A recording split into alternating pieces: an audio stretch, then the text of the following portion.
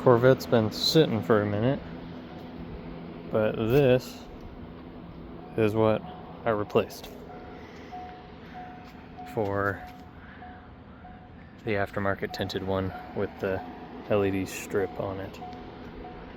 Now, I just don't know what one I like better,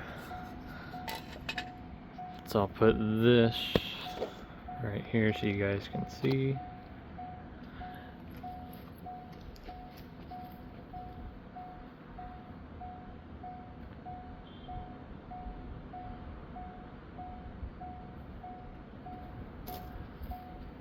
So there is that one, and on the back side of this there is a switch, and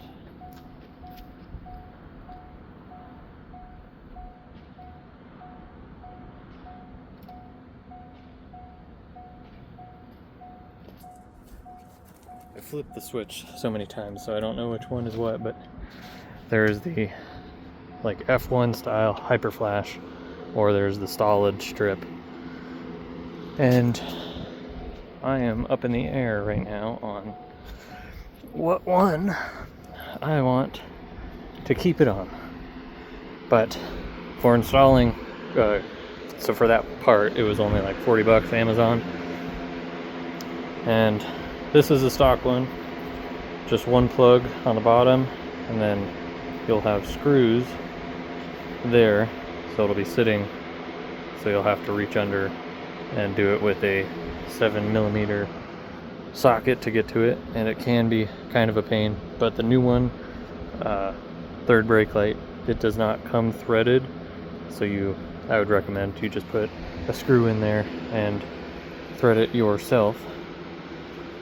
A little side information is, if you get the one that I'll link in the description that's on the car now, it came with this, which is, I can only assume it's some type of resistor, but nothing, for the new one, there was no instructions, YouTube videos or the way to do it, but I plugged this in, tried the different modes, everything stayed the same with this on or off. And the only issue is when I plugged this in and had my brake pushed in to look at it, this was getting extremely hot. So I do not want to fire, so I'm leaving that out because that still works the same. But I'll show you guys how it looks in there. So that'll give you a little quick where the screws are for there. Again, not hard. T15, remove the taillights, get your arms right in there, replace it.